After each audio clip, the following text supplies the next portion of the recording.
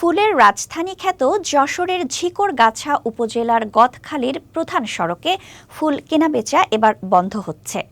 ঝিকরগাছা উপজেলা প্রশাসন এক গণবিজ্ঞপ্তি জারি করে যশোর বেনাপোল মহাসড়কের পাশে ফুলসহ যে কোনো ধরনের ব্যবসা এবং জনসমাগম নিষিদ্ধ করেছে।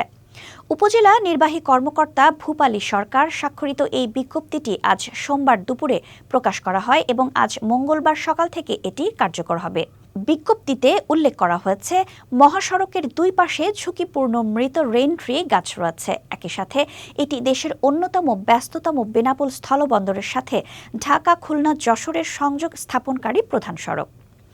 রাস্তার ওপর ফুল ব্যবসায়ীদের সমাগম যানজট সৃষ্টি করে এবং দুর্ঘটনার ঝুঁকি বাড়ায়। এই আশঙ্কার কথা বিবেচনা করে উপজেলা প্রশাসন ও কৃষি বিপণন অধিদপ্তর যৌথভাবে গদখালি ও পানিসারায় সরকারি খরচে দুটি আধুনিক ফুল বিপণন কেন্দ্র স্থাপন করেছে। যশোর জেলা কৃষি বিপণন কর্মকর্তা কিশোর কুমার সাহা জানান, চাষি ও ব্যবসায়ীদের নিরাপদ পরিবেশে ফুল বেচাকেনার সুবিধার জন্য এই দুটি বিপণন কেন্দ্র তৈরি করা হয়েছে। গদখালির কেন্দ্রটি আগামীকাল থেকে চালু করা সম্ভব হবে বলে আশা করা যাচ্ছে।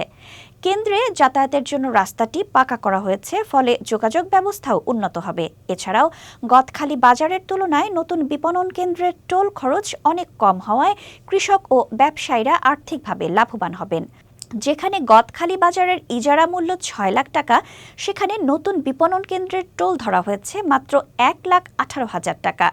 প্রতিদিন কাকডাকা ভোরে গদখালি বাজারে মহাসড়কের ওপর ফুলের হাট বসে, যা ভয়াবহ যানজটের সৃষ্টি করে এবং প্রায়শই দুর্ঘটনার কারণ হয়।